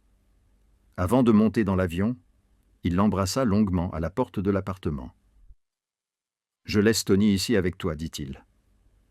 Ne sors pas sauf en cas d'urgence, et si quelque chose arrive, appelle-moi immédiatement. » Isabelle acquiesça, imaginant que rien ne pouvait arriver dans un immeuble gardé comme une forteresse. Elle avait tort. Vers minuit, Isabelle dormait dans la chambre de Lucas, lorsque des coups de feu retentirent à l'extérieur de l'appartement. Elle se redressa d'un bond, le cœur battant à tout rompre, à peine capable de comprendre ce qui se passait avant que la porte de la chambre ne soit enfoncée. Tony fit irruption, le sang coulant de son épaule, le visage gris de douleur. « Cours !» cria-t-il. « Les hommes de Koslov attaquent. Je vais les retenir. »« Courez !» Isabelle bondit du lit et se précipita vers la sortie de secours que Lucas lui avait montrée. Mais elle avait à peine fait 3 pas qu'un autre coup de feu retentit et Tony s'effondra sur le sol, Non !» hurla Isabelle en courant vers lui. « Tony !» Mais une main l'attrapa par les cheveux et la tira violemment en arrière, la projetant sur le sol. Une douleur fulgurante lui transperça le cuir chevelu, et lorsqu'elle leva les yeux, elle vit un inconnu qui la dominait de toute sa hauteur. Arborant un sourire cruel, cet homme n'avait rien à voir avec Lucas. Il avait la quarantaine, des cheveux blonds courts, des yeux verts glacial et une cicatrice de brûlure qui lui barrait le cou et descendait jusqu'à la poitrine. Il portait une veste en cuir noir et tenait dans sa main un pistolet encore fumant. « Alors, c'est ça, le petit oiseau de Luca Benedetti, dit-il avec un fort accent russe. Je dois admettre qu'il a bon goût. » Isabelle se débattit, mais un autre homme lui immobilisa les bras dans le dos. « Qui êtes-vous » hurla-t-elle. « Que voulez-vous » Le Russe s'accroupit, lui saisit le menton et la força à le regarder dans les yeux. « Je suis Victor Clove, et je veux voir Luca Benedetti souffrir. » Ce nom glaça le sang d'Isabelle. Victor Clove, l'homme qui avait kidnappé et tué Gianna. L'homme que Lucas avait juré de détruire, mais qu'il n'avait jamais retrouvé. Et maintenant, il était là, lui tenant le menton, la regardant avec les yeux d'un prédateur qui avait enfin trouvé la proie parfaite. Les hommes de Victor traînèrent Isabelle hors du Pentus, passant devant les corps des gardes tombés, dans l'ascenseur et jusqu'au sous-sol où un camion noir attendait. Elle griffait, donnait des coups de pied, mordait et criait jusqu'à en avoir la gorge en feu, mais personne ne vint. Elle fut jetée à l'arrière du camion, les mains attachées dans le dos. Un chiffon lui fut enfoncé dans la bouche. Victor sortit son téléphone et composa un numéro. Après 3 sonneries, quelqu'un répondit, et le cœur d'Isabelle se brisa lorsqu'elle entendit la voix de Lucas, la même voix qui lui avait murmuré des mots d'amour quelques heures auparavant. « Clove » grogna Lucas, la voix pleine de haine. « Que veux-tu » Victor rit, alluma la caméra et la braqua sur Isabelle. Elle savait que Lucas pouvait la voir. Les cheveux en bataille, le visage baigné de larmes, la bouche bâillonnée, les mains liées, elle entendit Lucas inspirer brusquement, comme une lame fendant l'air. « Je veux voir ce que tu peux faire maintenant, » dit Victor. « La dernière fois, c'était ta sœur. Cette fois, c'est ta maîtresse. Tu sais déjà comment ça va finir, Benedetti. » Isabelle vit le visage de Lucas à l'écran, pâle comme la mort, les yeux gris argentés brûlant d'une rage qu'elle n'avait jamais vue. « Si tu la touches, » dit Lucas, chaque mot tombant comme un coup de marteau. « Je ne me contenterai pas de te tuer. J'effacerai le nom des Cloves de la surface de la terre. » Victor rit et mit fin à l'appel. Le camion filait dans la nuit, emportant Isabelle vers un destin dont elle ne savait pas si elle survivrait pour y échapper. 6 heures. Lucas retrouva Isabelle au bout de 6 heures. 6 heures qui lui semblèrent durer 6 siècles. Chaque minute qui passait était comme un couteau qui lui transperçait le cœur. Chaque seconde, il se maudissait de l'avoir laissée seule. Dès que Victor eut raccroché, Lucas contacta toutes ses connaissances, tous ses alliés, toutes les personnes qui lui devaient une faveur, tous les criminels qui avaient des yeux et des oreilles dans les rues de New York. Il promit $1 million à quiconque trouverait Isabelle, et une mort lente à quiconque oserait lui cacher des informations. Son jet privé fit demi-tour en plein vol et se dirigea vers New York à vitesse maximale. Et pendant tout le vol, il n'a cessé de passer des appels, de donner des ordres, de menacer et de supplier quand il le fallait. Il avait perdu Gianna parce qu'il avait été trop lent. Il ne pouvait pas perdre Isabelle. La nouvelle est arrivée au bout de 5 heures. Un entrepôt abandonné dans le quartier industriel de Brooklyn, loué par les Kozlov 2 semaines plus tôt sous un faux nom. Lucas n'attendit pas. Il ne planifia pas. Il ne pesa pas les risques. Il rassembla 30 hommes, les meilleurs tireurs de la famille Benedetti, et prit d'assaut les lieux comme une tornade. Mais il ne laissa personne passer devant lui. Il enfonça lui-même la porte d'entrée. Les coups de feu déchirèrent la nuit, comme des feux d'artifice infernaux. Lucas tira sans pause, sans hésitation, sans pitié. Il tira sur tous ceux qui étaient vêtus de noir et armés. Il tira dans les jambes, les bras, la tête, sans se soucier de savoir s'ils étaient armés ou s'ils se rendaient. Le sang éclaboussa les murs, le sol et même sa chemise blanche. Mais Lucas ne s'arrêta pas. Il défonça toutes les pièces, enfonça toutes les portes, criant son nom comme un animal blessé, à la recherche de sa moitié disparue. « Isabelle » cria-t-il. « Isabelle, où es-tu » Et puis il l'entendit. Un gémissement si faible qu'il disparaissait presque sous les coups de feu et les cris. Il venait de la dernière pièce au bout du couloir. Une porte en acier rouillé verrouillée de l'extérieur. Lucas fit sauter la serrure et l'ouvrit d'un coup de pied. À l'intérieur, l'obscurité n'était rompue que par une ampoule vacillante qui éclairait une chaise au centre de la pièce, et sur cette chaise se trouvait Isabelle. Le cœur de Lucas s'arrêta de battre. Elle était attachée à la chaise, les mains liées derrière le dos, les jambes attachées au pied de la chaise. La chemise de nuit en soie qu'elle portait lorsqu'elle avait été enlevée était maintenant déchirée et tachée de sang. Son visage était enflé, un œil fermé par un hématome, les lèvres fendues et ensanglantées. Des ecchymoses rouges foncées et violettes recouvraient ses bras et ses épaules, comme si quelqu'un l'avait utilisé comme un sac de frappe. Ses cheveux noirs étaient collés par du sang séché. Son corps était affalé comme une poupée abandonnée. Isabelle. Lucas se précipita vers elle, tomba à genoux, les mains tremblantes, et lui toucha la joue. « Isabelle, regarde-moi. Je suis là. Je t'ai trouvé. » Elle ouvrit son œil valide, et, lorsqu'elle le vit, des larmes coulèrent sur son visage meurtri.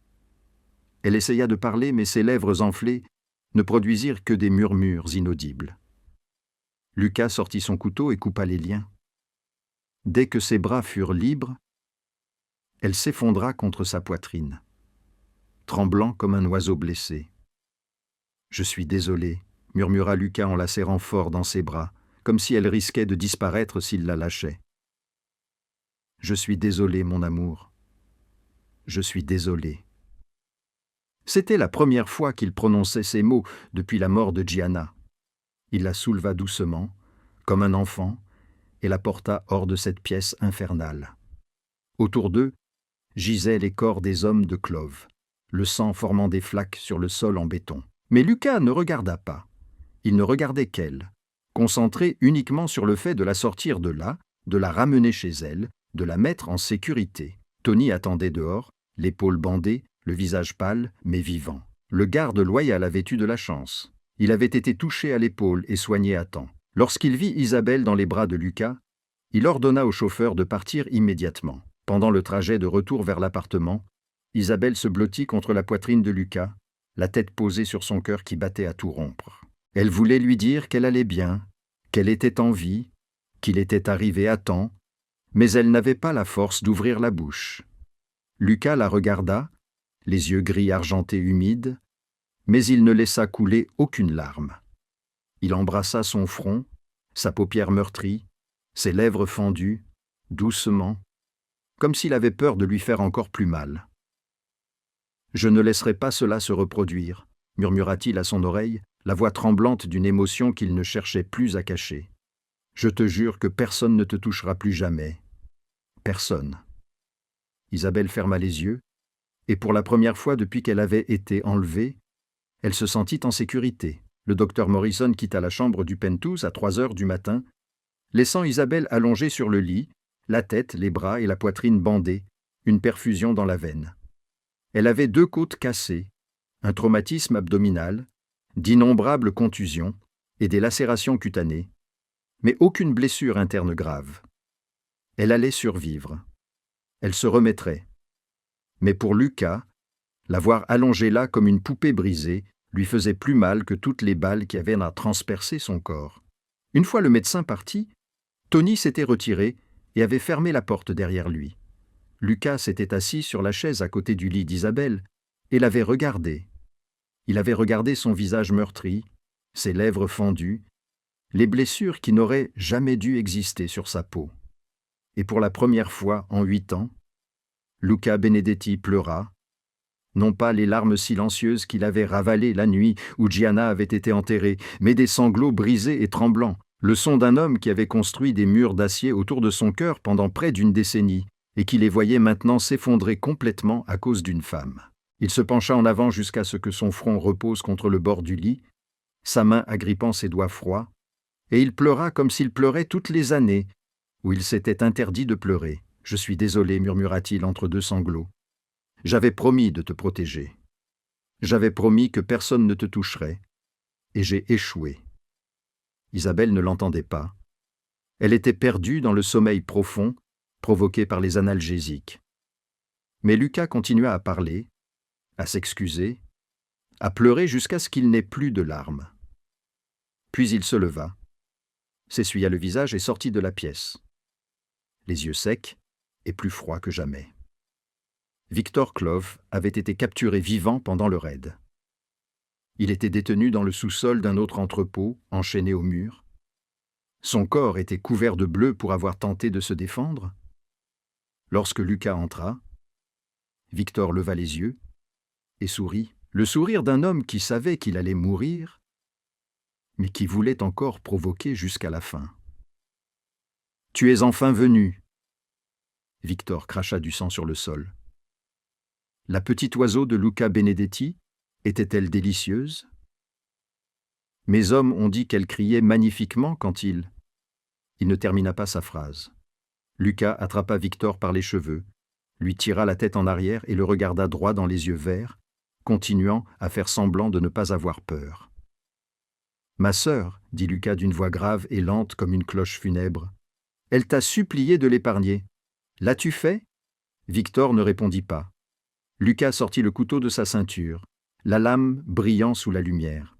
« Maintenant, dit-il, c'est toi qui vas me supplier. » Lucas commença par le petit doigt de la main droite de Victor. Il coupa lentement, laissant Victor sentir chaque millimètre d'acier trancher la chair, les tendons, les os.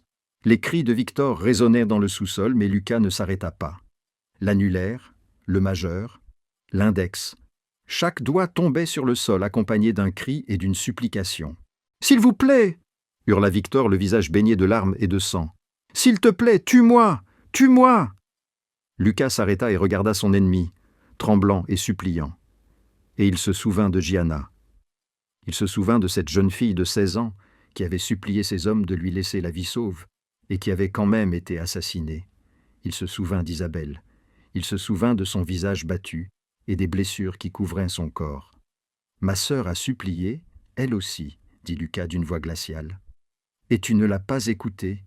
Ma Isabelle a supplié aussi, et vous l'avez entendue. » Il coupa le pouce, et le cri de Victor se transforma en un gémissement brisé.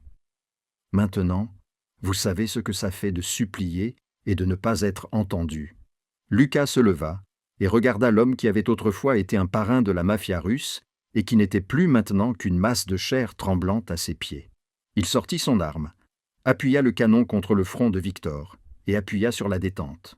Le coup de feu résonna, et 8 années de haine prirent enfin fin. Mais Lucas ne se sentit pas soulagé. Il se sentait vide. Il se retourna et s'éloigna, retourna au Pentus, retourna au chevet d'Isabelle et s'assit là, tenant sa main jusqu'à l'aube. Lorsqu'elle ouvrit les yeux et le vit, elle murmura à travers ses lèvres déchirées « Tu as pleuré ?» Lucas secoua la tête, même si des traces de larmes séchées marquaient encore ses joues. « Je n'ai pas pleuré. » Isabelle leva sa main tremblante et toucha son visage. « Tu mens. » 6 semaines après cette nuit d'horreur, Isabelle s'était complètement rétablie physiquement. Les ecchymoses avaient disparu. Ses côtes avaient guéri, et les coupures sur sa peau s'étaient transformées en cicatrices à peine visibles qui, elle le savait, resteraient à jamais gravées sur son corps. Mais elle n'avait pas peur de ces cicatrices. Elle lui rappelait qu'elle avait survécu, qu'elle était plus forte qu'elle ne l'avait jamais imaginé et que quelqu'un avait remué ciel et terre pour la retrouver. Pendant 6 semaines, Lucas ne l'avait pas quittée un seul instant. Il avait annulé toutes ses réunions, confié tout son travail à Tony et à ses lieutenants, juste pour rester avec elle. Il la nourrissait quand ses mains tremblaient encore, la portait jusqu'à la salle de bain quand elle ne pouvait pas se tenir debout toute seule, s'allongeait à ses côtés chaque nuit et la serrait dans ses bras jusqu'à ce qu'elle s'endorme. Et quand elle se réveillait en pleine nuit, il était là, lui murmurant qu'elle était en sécurité, qu'il était là, que personne ne lui ferait plus jamais de mal. Ce matin-là, quand Isabelle se réveilla, Lucas était assis au bord du lit, ses yeux gris argentés fixés sur elle, avec une expression qu'elle ne parvenait pas à déchiffrer. « Je veux t'emmener quelque part aujourd'hui, dit-il. »« Où ?» demanda Isabelle en s'asseyant et en se penchant vers son épaule. « À Boston. » Le cœur d'Isabelle se serra. Elle n'était pas retournée à Boston depuis le jour où elle avait été enlevée de la suite nuptiale du Fairmont CPP Play Plaza, près de 6 mois plus tôt. Elle ne savait pas si elle voulait y retourner, mais lorsqu'elle regarda Lucas dans les yeux, elle comprit qu'il ne s'agissait pas d'un voyage anodin. Il voulait l'aider à affronter son passé. 3 heures plus tard, le jet privé de Lucas atterrit à Boston, et une Mercedes noire les attendait sur la piste. Leur première étape fut un cimetière, à la périphérie de la ville, où le père d'Isabelle avait été enterré 9 ans plus tôt. Isabelle se tenait devant la tombe austère, fixant le nom de son père et les chiffres marquant une vie unique. Elle ne savait pas ce qu'elle était censée ressentir. L'homme sous cette terre l'avait battue tout au long de son enfance, avait bu l'argent destiné à la nourriture et l'avait laissé mourir de faim, avait transformé ses premières années en enfer. Mais il restait son père, le seul homme qu'elle ait connu, avant que Lucas n'entre dans sa vie. Des larmes coulaient sur les joues d'Isabelle, et elle ne savait pas si elle pleurait de chagrin ou de soulagement. Lucas se tenait à côté d'elle sans parler, lui tenant simplement la main et la laissant pleurer jusqu'à ce qu'il n'y ait plus de larmes. « Il ne méritait pas tes larmes, dit-il finalement, d'une voix basse et douce. Isabelle s'essuya les yeux et le regarda. « Je sais, mais c'était quand même mon père. » Lucas acquiesça comme s'il comprenait quelque chose qui n'avait pas besoin d'explication.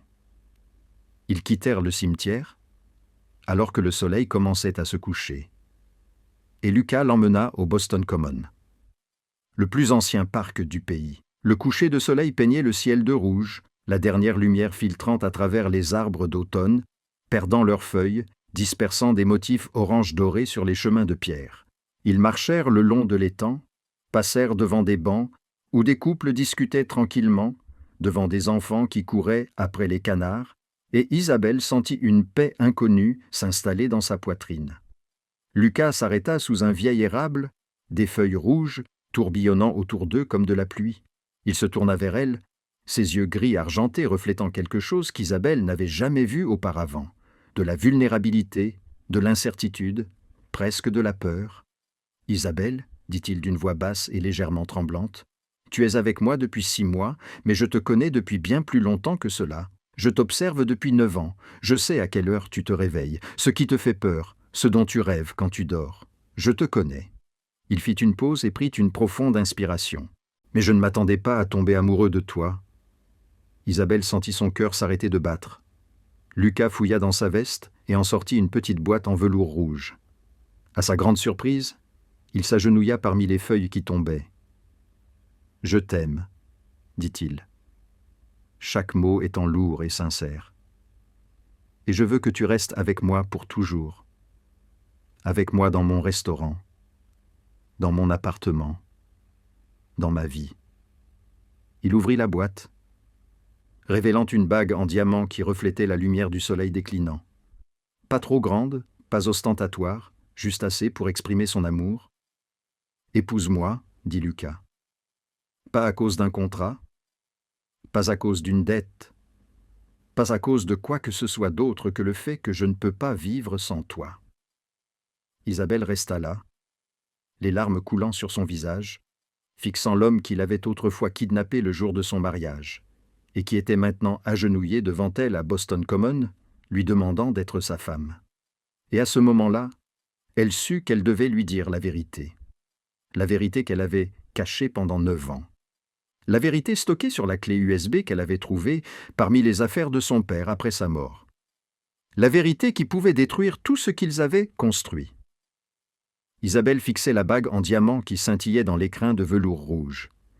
Elle fixait Lucas, agenouillé devant elle, ses yeux gris argentés reflétant tout l'amour qu'il possédait, et son cœur se brisa en 1000 morceaux.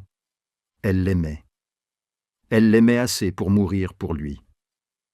Mais elle ne pouvait pas l'épouser. Pas tant qu'elle cachait un secret qui pouvait tout détruire.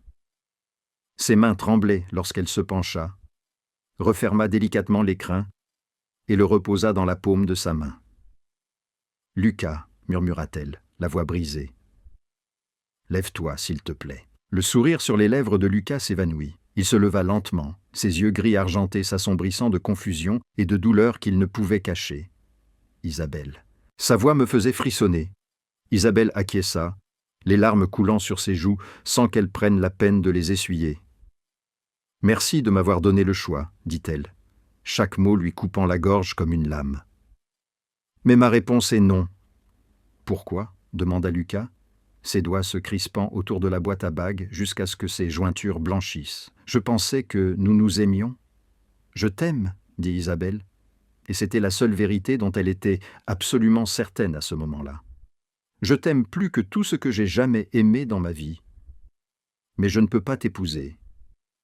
Pas comme ça. » Lucas la regarda, les yeux remplis de douleur. « Pas comme ça. Ça veut dire quoi ? Que me caches-tu » Isabelle fouilla dans la poche de son manteau et en sortit une petite clé USB. Elle l'avait gardée avec elle pendant 9 ans, cachée comme un poids sur sa poitrine, effrayée à l'idée de l'ouvrir, effrayée à l'idée de la regarder, mais aussi effrayée à l'idée de la jeter avant d'aimer Lucas, avant de savoir qu'elle ne pouvait pas construire un avenir avec lui sur des mensonges. « Qu'est-ce que c'est » demanda Lucas en fixant la clé USB dans sa main. « Je l'ai trouvée parmi les affaires de mon père après sa mort, » répondit Isabelle, la voix tremblante. « Pendant 9 ans, j'ai eu trop peur de l'ouvrir. Mais quand je suis tombée amoureuse de toi, je l'ai fait. » Elle plaça la clé USB dans sa main, et lorsque sa peau toucha la sienne, elle dut rassembler toutes ses forces pour ne pas s'effondrer dans ses bras et le supplier d'oublier tout cela. « Ouvre-la après mon départ, » dit-elle en le regardant droit dans les yeux. « Promets-le-moi. » Lucas la regarda, puis regarda la clé USB, puis la regarda à nouveau. Il ne comprenait pas ce qui se passait, mais il pouvait voir la douleur dans ses yeux. Il pouvait voir qu'elle se déchirait. « Je te le promets, » dit-il. Mais Isabelle ne le laissa pas terminer. Elle s'avança, posa ses 2 mains sur son visage, mémorisant une dernière fois la chaleur de sa peau, et l'embrassa. Elle mit tout son cœur dans ce baiser, tout l'amour qu'elle ne pouvait exprimer avec des mots, toutes les excuses qu'elle n'avait pas eu le courage de prononcer, tous les rêves d'un avenir qu'elle savait ne jamais se réaliser. Elle l'embrassa comme si c'était la dernière fois, car elle savait que c'était le cas. Quand elle s'écarta, les yeux de Lucas étaient toujours fermés, comme s'il essayait de retenir ce moment pour toujours. Isabelle se retourna et s'enfuit en courant. Elle courut à travers les feuilles rouges qui tombaient, passa devant les bancs du parc, devant les couples qui la regardaient avec stupéfaction. Les larmes brouillaient sa vision. Le vent froid de l'automne lui coupait la peau, mais elle ne s'arrêta pas. Elle entendait Lucas l'appeler derrière elle, sa voix rauque de désespoir et de confusion. Mais elle ne se retourna pas. Elle ne pouvait pas. Si elle se retournait, elle courrait dans ses bras, lui mentirait en lui disant que tout allait bien, l'épouserait et vivrait dans un bonheur emprunté, jusqu'à ce que la vérité éclate au grand jour. Et alors, il la détesterait. Il croirait qu'elle l'avait trompé depuis le début. Il valait mieux le laisser découvrir la vérité par lui-même, le laisser décider s'il voulait toujours d'elle une fois qu'il saurait tout. Isabelle sortit en courant du parc, héla un taxi et monta à l'intérieur. « Emmenez-moi à l'aéroport, » dit-elle au chauffeur, la voix brisée. Le taxi démarra en trombe et, à travers la vitre arrière, Isabelle vit Lucas debout à la porte du parc, la boîte à bagues dans une main, la clé USB dans l'autre, la regardant avec le visage d'un homme qui venait de perdre sa raison de vivre. Le jet privé de Lucas décolla de Boston 2 heures après la disparition d'Isabelle. Il était assis seul dans la cabine, fixant la clé USB dans sa main sans l'ouvrir. À côté de lui se trouvait la boîte à bagues encore fermée et une lettre que Tony venait de lui remettre.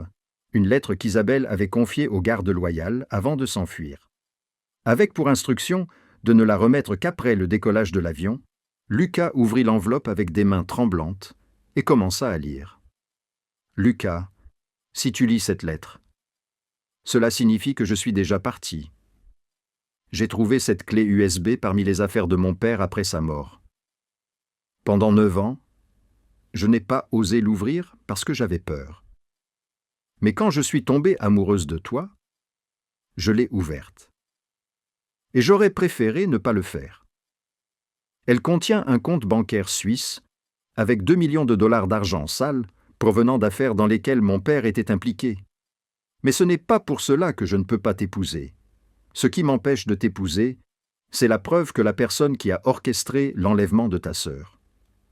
La tragédie qui a conduit à la mort de Gianna n'était pas Victor Koslov. C'était mon père. Avant l'accident qui lui a coûté la vie il y a 9 ans, il avait déjà trahi ton père en divulguant des secrets vitaux au Kosav. Il a fallu 1 an pour que ce poison se propage.